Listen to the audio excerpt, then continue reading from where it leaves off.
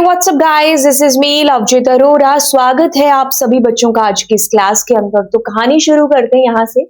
हम लोग कर चुके कीज का कंसेप्ट और आज की इस क्लास में हम लोग देखने वाले हैं प्राइमरी की और फॉरेन की के बीच में डिफरेंस क्या है। तो चलिए कहानी शुरू होती है प्राइमरी की के साथ में। देखिए प्राइमरी की का कंसेप्ट अगर हम कहें तो क्या है, तीन शर्तों के ऊपर है पूरी की पूरी प्राइमरी की डिपेंड करती।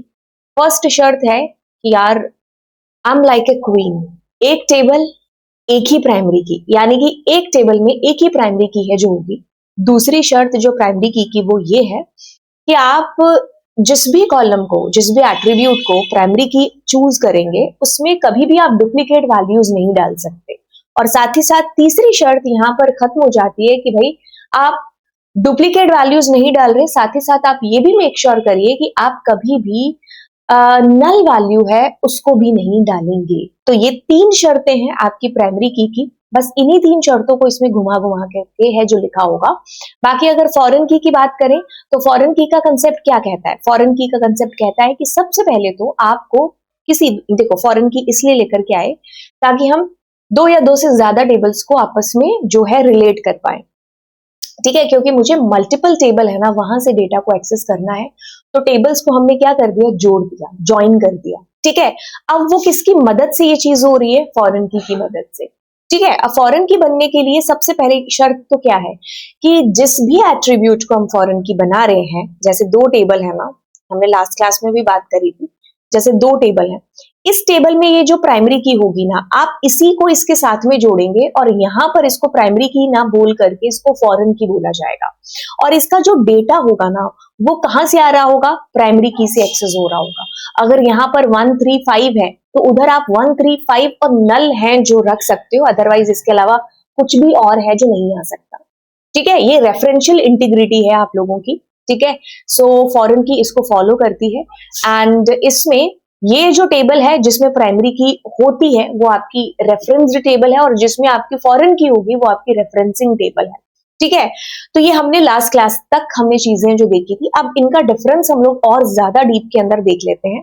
तो चलिए डीप में देखते हैं इसके डिफरेंस को। तो सबसे पहले देखिए, अ कॉलम और a set of columns that uniquely identify each row in a table.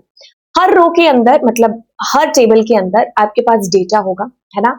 अब आपके पास में ऐसा डेटा हो सकता है कि भाई किसी का नाम जो है सेम हो, है ना। जैसे राम नाम से आपने सीबीएसई का फॉर्म फिल किया है क्लास 12th का, ऐसे कितने सारे राम होंगे जिन्होंने सेम ईयर पर किया और उनके पास साइंस भी होगी अगर आपके पास है तो, है ना। तो यानी कि आप कैसे यूनिकली आइडेंटिफाई करा सकते हो कि भाई ये वही राम है जो मैम से पढ़ा और 100 में से 100 नंबर आए। तो यूनिकली आइडेंटिफाई कराने के लिए हमें उसके पूरे रिकॉर्ड में से किसी एक कॉलम को प्राइमरी की सेट करना पड़ता है ताकि हम उसको आइडेंटिफाई करा पाए, है ना। तो हम ऐसा कॉलम कौन सा चूज करते हैं? या तो रोल नंबर चूज करते हैं, मतलब जो इन दो शर्तों पर हो कि भाई कभी नल ना हो और कभी डुप्लीकेट वैल्यूज ना आए, तो यूनिकली आइडेंटिफाई करवा पाए हम अपने रिकॉर्ड को। ये रीजन है हमारे पास प्राइमरी की को सेट करने का। अब ये कहते हैं कि एक कॉलम या फिर एक से ज्यादा कॉलम्स एक टेबल के अंदर फॉरेन की हो सकते हैं। प्राइमरी की वहीं पर क्या है? वन टेबल वन प्राइमरी की। But if we talk about this, तो ये आपके पास में फॉरेन की एक से ज्यादा हो सकती है। ठीक है, अ कॉलम और सेट ऑफ कॉलम में डिफरेंस है यहाँ पर। ठीक है, सेट ऑफ कॉलम क्या होता है कि कभी कभार आपके पास एक टेबल के अंदर प्राइमरी की बनने लायक कोई एट्रीब्यूट होता नहीं है, तो हम कुछ एट्रीब्यूट्स को मिला करके प्राइमरी की बनाते हैं, उसको कॉम्पोजिट प्राइमरी की है जो बोलते हैं। ठीक है, वो भी आपकी प्राइमरी की के ही अंदर आती है उस वक्त जब कोई एलिजिबल ही ना हो प्राइमरी की के लिए, इकलौता कॉलम, है ना। तो दो कॉलम को ऐसे मिला करके हम, जैसे किसी की डेट ऑफ बर्थ या नाम, है ना, तो फिर हम उसको कॉम्पोजिट प्राइमरी की है जो बना रहे होते हैं। बाकी देखो फॉरेन की एक से ज्यादा हो सकती है एक टेबल के अंदर, क्योंकि उसको किसी दूसरी टेबल की प्राइमरी की बनना होगा और फिर वो इधर रेफरेंस लेकर के आएगी दूसरी टेबल के अंदर और उसको हम लोग क्या बोलेंगे? फॉरेन की बोलेंगे। मस्ट ऑलवेज यूनिक, ये हमेशा यूनिक होनी चाहिए हर रो के लिए। 105 एक बार आ गया तो अब दोबारा नहीं आएगा, लेकिन यहाँ पर डुप्लीकेट वैल्यूज हो सकती हैं। ठीक है, क्योंकि ये क्या कर रही है, दूसरी टेबल का डेटा रख रही है। जैसे मान लो एक टेबल है स्टूडेंट की और एक है बुक्स की। ठीक है, अब कौन से बच्चे ने, मतलब लाइब्रेरी की कह लो, है ना। तो अब एक बच्चे ने मल्टीपल बुक्स भी हैं जो इश्यू करा रखी हो सकती है ना। तो अब उसकी आईडी क्या होगी? बार बार आएगी इधर। तो यानी कि डुप्लीकेसी हो सकती है, ये कभी भी नल नहीं हो सकती। अगर हम बात करेंगे प्राइमरी की का केस तो नल नहीं होगा, इसमें नल वैल्यूज आ सकती है, ठीक है। अच्छा, कहता है कि ensure that each row in a table is uniquely identify, क्योंकि यही इसका मकसद है। कहता है कि इसका मकसद क्या है, establish relationship between two tables, ठीक है, defined with in the table itself, ठीक है, ये टेबल के अंदर ही हम इसको डिफाइन है जो कर देते हैं, defined in one table but references the primary की इन अनदर टेबल, ठीक है। देखो, प्राइमरी की बनाया एक टेबल के अंदर हमने किसी एक कॉलम को, अब दूसरी टेबल के अंदर मैं क्या करूंगी, एक एक्स्ट्रा सिंटेक्स लिखना पड़ेगा और इसको रेफरेंस बना रही होंगी इस प्राइमरी की को यहाँ पर, ठीक है।